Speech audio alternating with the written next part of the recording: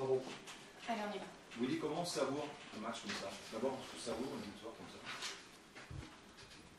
Je pense qu'on va surtout la savourer demain. Là, on est encore un petit peu trop dans l'excitation, dans l'émotionnel. On est dans la fierté aussi de pouvoir entraîner tous les jours un groupe qui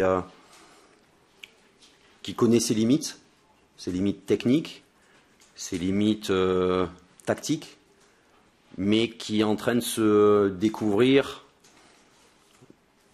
des non-limites morales au niveau du cœur. Entre les matchs de Paris, de Lens, de Marseille ce soir, alors c'est sûr, on n'a peut-être pas le jeu le plus alléchant, et même certainement pas le jeu le plus alléchant de première division, mais je pense que si on devait comparer toutes les équipes en qualité de courage, je pense qu'on n'est pas loin du trio de tête. Et on a l'impression que vous finissez ce championnat en trompe, quoi. Que rien ne finalement. En trompe, je ne sais pas, il reste encore quelques matchs. Avec un déplacement extrêmement compliqué la semaine prochaine à Lille, qui est aussi une équipe qui revient bien, qui a retrouvé sa solidité, qui a retrouvé son effectif. Ils ont eu pas mal de problèmes d'effectif aussi. Ils ont eu la Coupe d'Europe où ils ont laissé beaucoup de force. Et Lille, c'est une équipe très difficile. Donc oui, les joueurs peuvent savourer ce soir, peuvent savourer demain. Mais dès mardi matin, la tête à Lille, parce que le petit trou qu'on vient de créer avec les poursuivants, il faut absolument le garder pour, je dirais, soit pour continuer à rêver peut-être d'un meilleur classement, mais surtout de consolider cette place-là. Ça a été aussi un Bordeaux très très solide. Défensivement, ça a été parfois compliqué, mais sans jamais craquer. Non. On avait très clairement défini avec les joueurs pendant 1h10 d'avoir un jeu très axial, de laisser un petit peu le ballon aux Marseillais, parce qu'on sait que c'est des joueurs Marseille qui sont capables sur la transition d'être très performants. Donc on ne voulait pas se donner entre guillemets le couteau pour se faire, enfin le bâton pour se faire battre. Et on savait que voilà, dans les 20-25 dernières minutes, on allait trouver des solutions sur les côtés, avec les rentrées de CV, les rentrées de Maurice Bellet. Justement, le but arrive sur une action comme ça, avec Mariano qui déborde. On savait que sur les côtés, en deuxième mi-temps, Marseille était une équipe qui est très prenable. Donc on a essayé de travailler là-dessus cette semaine. Vous avez eu chaud en même temps, la pénalty sur... Même certainement pénalty, oui. Mais ce sont des faits de jeu, ça ne remettait pas en cause notre projet de jeu de départ, mais oui, c'est sûr, je pense qu'il y avait... j'ai pas eu le temps de revoir les images, mais il y a des gens en qui j'ai toute confiance, qui ont confirmé qu'il y avait bien pénalty, oui. Le fait que Marseille change bien le jeu, c'est ça qui vous a gêné aussi en début de... On fait une première mi-temps, on fait un changement bien de côté rapidement. Les changements de côté, ils ont la technique pour le faire. Ils ont des joueurs avec Thauvin, avec Alessandrini, qui sont des très bons joueurs, qui sont capables de ça. On a discuté à la mi-temps, on a nos latéraux qui rentraient trop vite dans l'axe et qui laissaient justement la possibilité ou à Thauvin ou à Alessandrini de venir les percuter en étant lancés, ce qui nous a mis en difficulté en première mi-temps. Et on a essayé de corriger ça en deuxième, et d'ailleurs en deuxième mi-temps, on n'a quasiment plus d'actions comme ça. Le changement de système aussi a aidé, non? Quand vous avez fait rentrer le joueur, vous étiez plus... Vous occupiez mieux les côtés. On était un petit peu plus équilibré, mais on ne pouvait pas avoir un projet de jeu comme ça dès le départ. Parce qu'avoir un projet de jeu comme ça, comme on a joué les 20 dernières minutes, on était beaucoup trop bas, et si on avait commencé le match comme ça, on aurait subi tout le match, et avec la qualité des attaquants marseillais, il serait forcément passé une fois ou deux. Ouais. Oui, il m'a plu, oui. Mais il me plaît souvent. D'ailleurs, c'est pour ça qu'il joue régulièrement. C'est une belle histoire, ce joueur qui arrive de très loin, qui gravit les échelons à chaque fois. En plus, le papier, il était pile poil dans le bon timing. C'est bien qu'il prenne un peu de lumière, c'est bien. C'est un garçon atypique par son parcours. Pas atypique par ses qualités, mais par son parcours. Et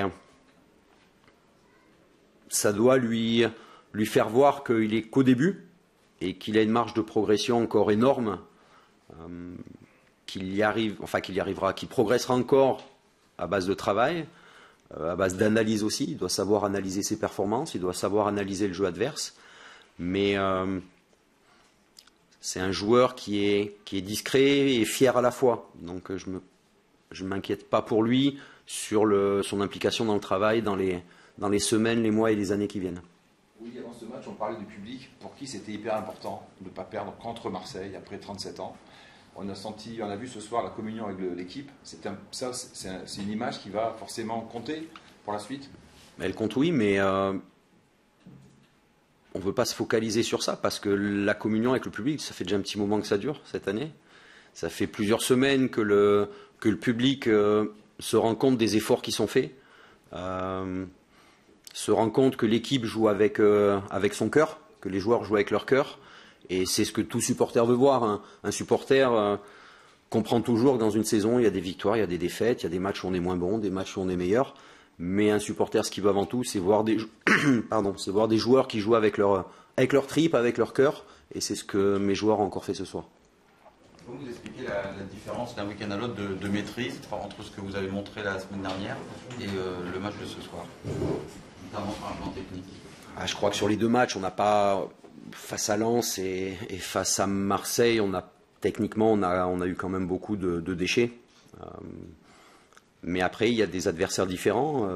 Lens, nous avait posé des difficultés différentes, des problématiques différentes que celles de Marseille ce soir. Après, on essaye de s'adapter.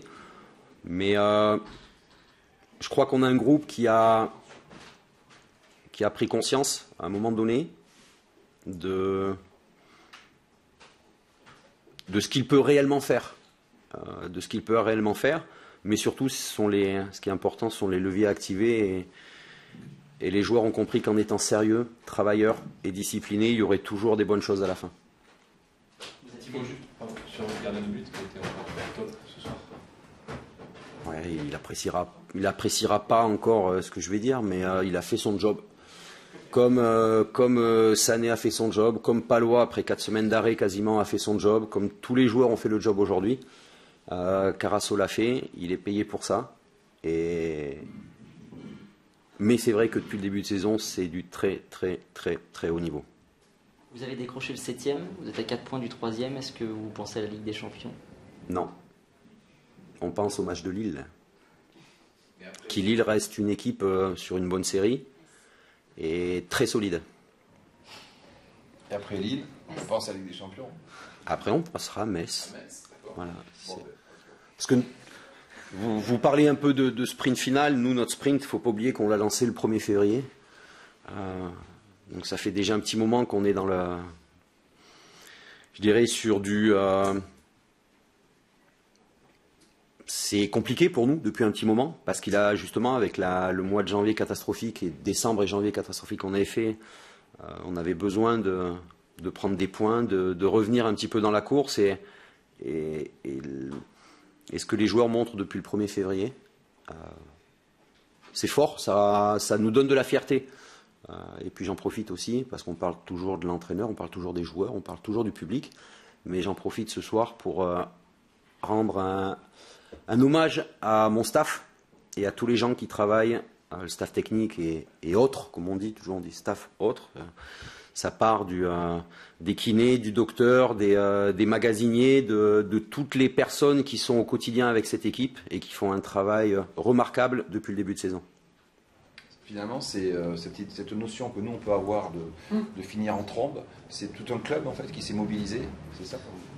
Non, mais après, c'est vrai qu'il faut reconnaître aussi qu'au mois de janvier, même si c'est vrai que ça arrivait un petit peu tardivement, on a un actionnaire qui, en faisant venir Téline, en faisant venir Chantôme, il a mis la main au portefeuille et qui, du coup, forcément, avait des objectifs un petit peu plus élevés. Mais parler d'Europe au mois de janvier, dans la situation où on était, c'était un petit peu compliqué. Ça devient un petit peu plus réaliste aujourd'hui, mais il ne faut pas se relâcher. Donc oui, l'effort a commencé avec l'actionnaire, mais c'est toutes les sphères du club, ceux qui sont au quotidien avec les joueurs, mais je pense aussi au personnel administratif qui tous les jours est là pour régler le moins de petits problèmes, pour que les joueurs n'aient vraiment qu'à se concentrer sur une chose, c'est leur tâche, leur métier, Donc je remercie l'intégralité du club pour ça. Merci. Au revoir. Bueno, era un partido donde el rival para ganar necesitó mucho menos que nosotros. C'était un match où l'adversaire, pour gagner, a eu besoin de faire moins que nous. Y bueno, eso por supuesto que genera decepción. Et bien sûr, cela crée de la déception.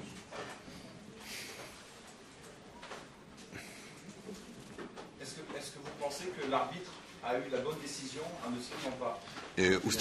¿Usted piensa que el árbitro tomó la buena decisión a no silbar el penal? Yo nunca los califico a los árbitros. Je ne juge jamais les arbitres. Est-ce que vous pensez que c'est un premier mi-temps, quelque part, que l'OM n'a pas perdu, mais au moins pas gagné ce match en ratant ses occasions? ¿Usted piensa que fue durante el primer tiempo que cuando el Marsella no concretizó su ocasión de gol que se perdió el partido? En el primer tiempo y también en el segundo. Dans la première mi-temps et la deuxième aussi, le fait de pas marquer les... Si bien hubo algunas ocasiones más en el primer tiempo, Même s'il y a eu plus d'occasions dans la première mi-temps, también en el segundo tiempo tuvimos oportunidades para establecer diferencias justificadas. et en deuxième mi-temps, on a aussi eu des occasions qui auraient pu créer la différence, de manière justifiée. Hasta el gol de ellos habíamos encontrado opciones. Jusqu'à ce qu'il marque le but, on avait réussi à trouver des occasions. Y en la última media hora, de un modo más confuso y menos claro, Et dans la dernière demi-heure, d'une manière peu claire et confuse, pero también con sensación de empatarlo y ganarlo al partido. on a eu cette sensation de pouvoir égaliser et gagner ce match. También hubo una diferencia entre la primera hora de juego y la última media hora en cuanto a la claridad de las situaciones que creamos. Il y a eu aussi une différence entre la première heure et la demi-heure suivante au niveau de la clarté des situations de but. Avez-vous senti vos joueurs touchés psychologiquement après ce match? ¿Usted siente los jugadores decepcionados psicológicamente después de este partido? Bueno, eso, el estado de los futbolistas se mide cuando vuelven a jugar. L'état psychologique des joueurs se mesure quand ils retourneront dans un match. Evidentemente, por lo que mostraron hoy, Évidemment, pour ce qu'ils ont montré aujourd'hui, reaccionaron después de la derrota con Paris Saint-Germain, ils ont su réagir après la défaite contre le PSG, que fue una derrota muy dolorosa. qui était une défaite très douloureuse. Esta también lo es. Et celle-là aussi est une défaite douloureuse. Y la capacidad de reacción del equipo se verá el próximo viernes. Et la capacité à réagir se verra le prochain vendredi. Avec cette défaite, vous êtes désormais quatrième du championnat. Monaco est passé devant vous. Comment vous voyez la suite du championnat, la fin du championnat? Con esta derrota, Marsella pasa a ser cuarto detrás de Mónaco. ¿Cómo usted ve el final del campeonato? Bueno, estamos en un proceso incómodo. On est dans un processus incommode. Pero con las fuerzas intactas para modificar este momento. Mais avec les forces intactes pour modifier ce moment que nous vivons. Y aspirar a que la ubicación del equipo en la tabla se corresponda con los merecimientos. Et on espère que la position au classement sera en adéquation avec ce que mérite l'équipe. Un mot sur Romain Alessandrini qui a été titularisé sur le côté droit. Et très entreprenant, et au final il n'a pas été récompensé de ses efforts. Una palabra sobre Romain Alessandrini, que jugó en el lugar que sustituyó de Ayew, pero jugó a la derecha y no logró, a pesar de sus esfuerzos, tener una recompensa. Sí, fue nuestro delantero más desequilibrante Oui, ça a été notre attaquant le plus déséquilibrant. y tuvo una actuación destacada Il a joué de manière remarquable. y esa es la valoración que hago de su participación. Et ça, c'est la manière dont je valorise sa participation. Fue nuestro mejor atacante, Ça a été notre meilleur attaquant también el mejor atacante del partido por diferencia. et même le meilleur attaquant du match. Comment imaginez-vous la fin du championnat, les dernières journées là, qui s'annoncent pour votre équipe? ¿Cómo usted imagina las últimas jornadas que queda por nuestro equipo? Bueno, vamos a luchar cada punto, On va lutter pour chaque point, cada partido à chaque match y cada opción que tengamos. et chaque option que nous aurons. Evidentemente, esta caída no la esperábamos. Évidemment, cette chute, nous ne l'espérions pas. Creo que tampoco la merecemos. Je crois que on ne la mérite pas non plus. Me refiero a haber quedado fuera de los tres primeros, Je me réfère au fait d'avoir quitté le podium, pero tengo la fortaleza intacta y la esperanza y la ilusión de que lo vamos a revertir en las 6 fechas que quedan. mais je crois et j'ai l'espérance que nous allons changer tout cela pour ce qui reste du championnat. Sobre todo porque desde mi óptica la actuación del equipo Surtout que depuis mon point de vue, la manière de jouer de l'équipe permite evaluar sus posibilidades como verdaderas, ¿no? permet d'évaluer ses possibilités comme réelles. Une question? Buenas tardes. Esta semana usted ha hablado de tragar veneno y yo quería saber si esta noche pues usted va a decir la misma cosa a sus jugadores, que hay un poco más veneno a tragar esta tarde. Donc la semaine dernière, vous avez parlé d'avaler du venin et j'aimerais savoir si aujourd'hui aussi il va falloir avaler plus de venin. Bueno, perder siempre presupone dolor. Perdre, ça suppose toujours de la douleur. Cuando podría haberse evitado más aún. Surtout quand on aurait pu l'éviter. Y es parte de nuestro oficio